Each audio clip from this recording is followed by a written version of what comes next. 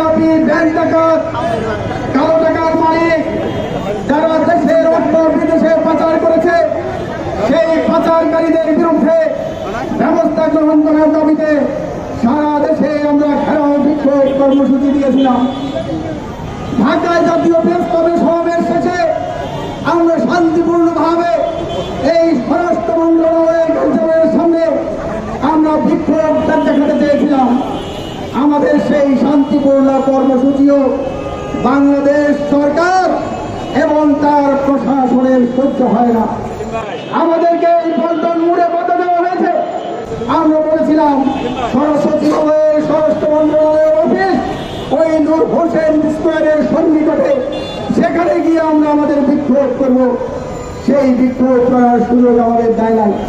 Barricade দিয়ে, police বাহিনী দিয়ে আমাদের সেই কর্মসূচির সামনে সেখানে বাধা দিয়েছে। আমরা এই ঘটনার তীব্র নিন্দা এবং প্রতিবাদ জানাই। এটা বাংলাদেশকে একটা পুলিশি রাষ্ট্রে পরিণত করেছে এই শেখ হাসিনা সরকার। এর বিরুদ্ধে জনগণকে সাথে নিয়ে আমরা ঐক্যবদ্ধ আন্দোলন করব। 1971 সালে আমরা মুক্তিযুদ্ধ করেছিলাম। পাকিস্তান ছিল একটা সামরিক শাসন, স্বৈরতান্ত্রিক রাষ্ট্র। সেই স্বৈরতান্ত্রিক রাষ্ট্রের বিরুদ্ধে বাংলাদেশের মানুষ অস্ত্র হাতে যুদ্ধ করেছিল।